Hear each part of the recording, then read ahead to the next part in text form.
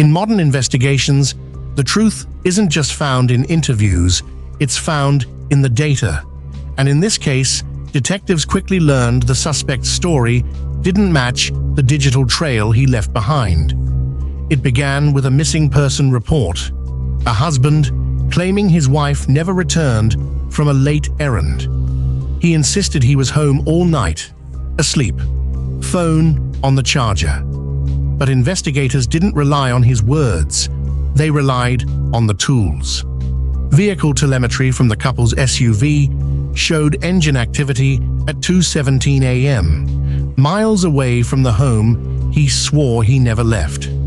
Route logs captured a sequence of turns through industrial roads, a path that suggested purpose, not panic. Detectives pulled local Wi-Fi connection data, noting the suspect's phone briefly connected to a gas station hotspot at the same time the SUV's ignition was recorded. He later insisted he'd never been there, but the digital handshake said otherwise. As they reconstructed his night, surveillance zone mapping became crucial. The city's network of cameras didn't catch him directly, but geofencing the suspect's timeline revealed multiple motion-triggered business cameras activating within minutes of his vehicle, passing unseen corners of the district. Each activation formed a breadcrumb trail of movement. When detectives overlaid these datasets, telemetry, route logs, Wi-Fi pings, and surveillance zones, they created a precise, minute-by-minute map of the suspect's night. And it exposed one thing clearly: he wasn't home, he wasn't asleep, and he wasn't telling the truth.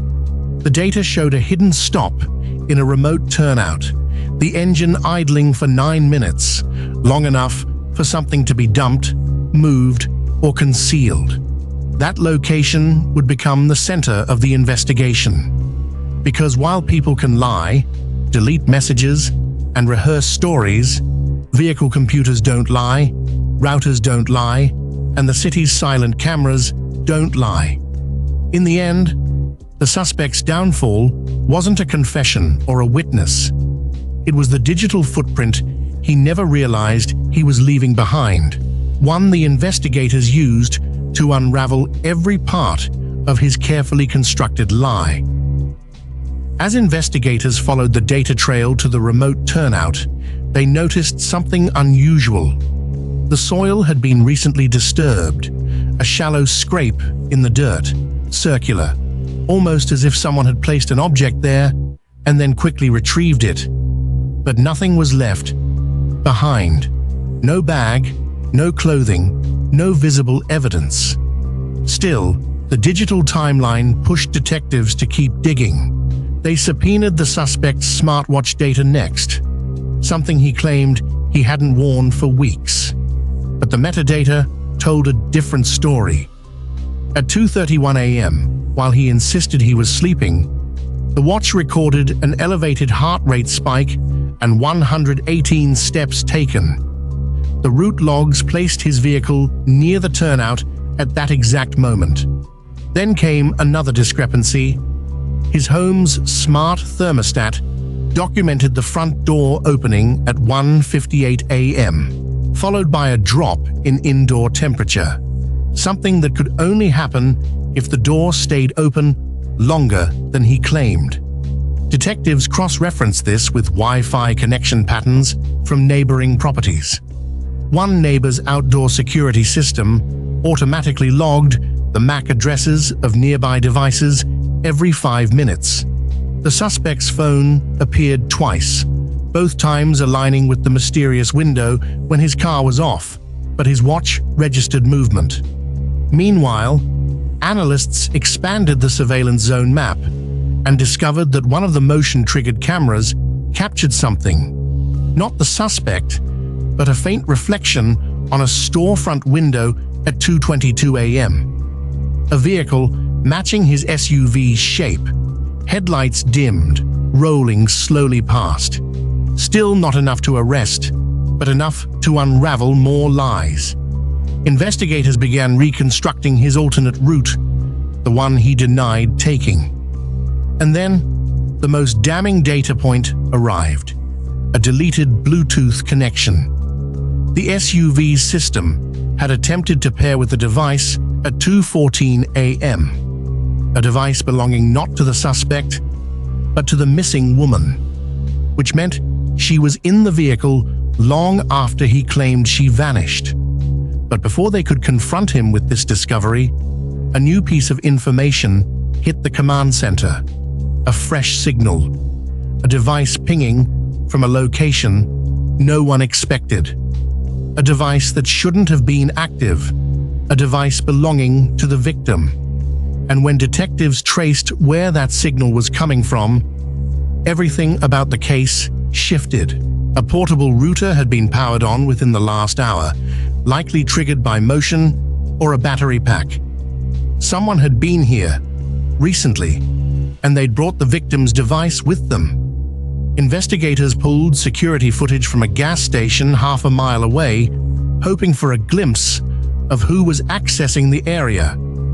That's when they spotted it: a dark sedan pulling into frame at 4:12 a.m., headlights off, a figure stepping out to toss something into the trash before driving toward the abandoned service station. The timestamp aligned almost perfectly with the sudden digital spike from the victim's device. But the figure wasn't the husband. It was someone else. Someone the investigators didn't even have on their radar. And it wasn't just the vehicle that caught their attention. As analysts enhanced the footage, they noticed the sedan's rear bumper carried a reflective sticker used by fleet cars, usually rental vehicles, sometimes corporate. They pulled records, checking nearby rental agencies for anything matching the description. One rental log stood out: a car rented for 3 days, returned early, cleaned immediately. The name on the contract was unfamiliar, but the credit card used to pay for it was not. It belonged to someone connected to the victim, someone the suspect never mentioned in a single interview, someone who had no reason to be anywhere near the abandoned service station, unless they were involved. When investigators confronted the husband with the footage, his reaction was instantaneous. A flash of recognition he tried and failed to hide. And before they could press him for answers, dispatch radioed in with urgent news. The rental agency had discovered something under the passenger seat of the returned vehicle, something they had not turned over yet, an object linked directly to the missing woman. And whatever it was, it didn't belong in that car.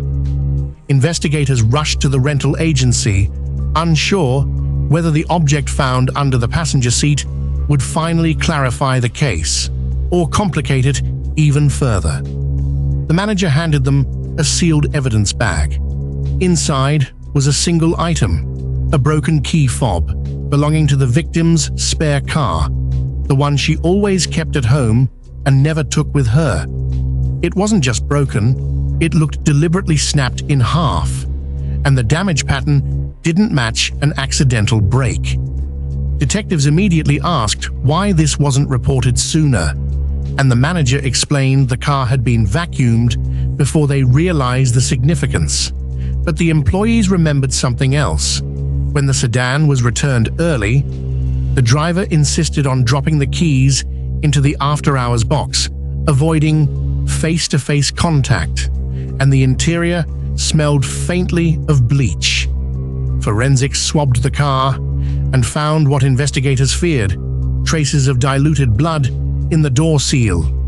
But the DNA was inconclusive, too degraded to identify.